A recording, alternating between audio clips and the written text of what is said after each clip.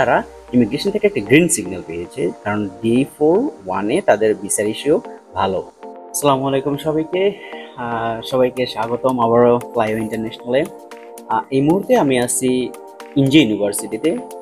বর্তমানে বাংলাদেশে সবাই জানেন একটা ইনজি ইউনিভার্সিটি D47 ল্যাঙ্গুয়েজ প্রোগ্রাম নিয়ে প্রত্যেকটা এজেন্সি প্রমোশন করতেছে। সো সেক্ষেত্রে আমি বলতে পারি যে ইনজি ইউনিভার্সিটির যে ল্যাঙ্গুয়েজ প্রোগ্রামটা আজকে এখানে আসা এবং তাদের সাথে আমার মিটিং হয়েছে একটা ইনজি ইউনিভার্সিটির ল্যাঙ্গুয়েজ প্রোগ্রাম নিয়ে।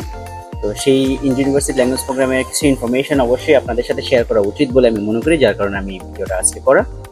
তো এই প্রথমত হচ্ছে যে ইনজি ইউনিভার্সিটি প্রথম তারা ট্রাই করবে ইনজি ইউনিভার্সিটি D47 ভিসা থেকে ইমিগ্রেশন থেকে।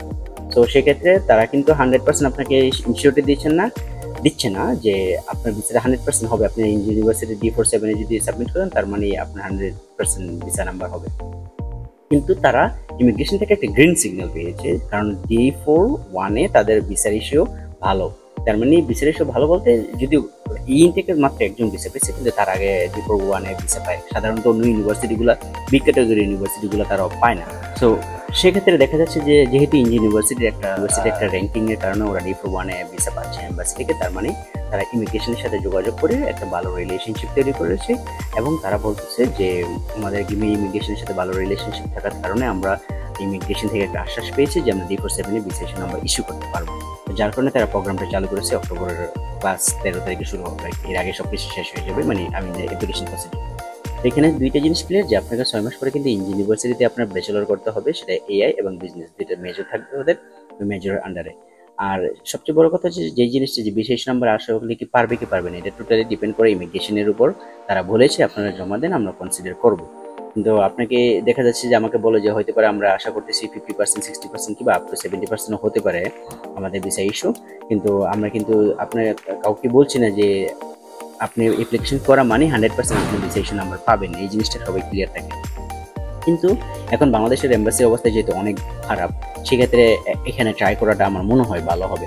কারণ হচ্ছে যে যদি বাংলাদেশ এম্বাসিতে এমনিতেও রিজেক্ট করে দিচ্ছে, অমনিতেও রিজেক্ট করে দিচ্ছে, সেক্ষেত্রে আপনি যদি ভিসা ইস্যু নাম্বার পান তাহলে বাংলাদেশ এম্বাসি থেকে আগে রিজেক্ট হবে না, আপনি ভিসাটা পাবেন, সেটা শিওর থাকে। সেই ব্যাপারগুলো নিয়ে আজকে আমার কথা হলো ইন্ডিয়া ইউনিভার্সিটির সাথে। তো ইউনিভার্সিটির ওরা বললো যে আমরা অবশ্যই ট্রাই করবো আমাদের বেস্ট, কারণ এই প্রোগ্রামটা চালু করতে পারলে আমাদেরই ভালো।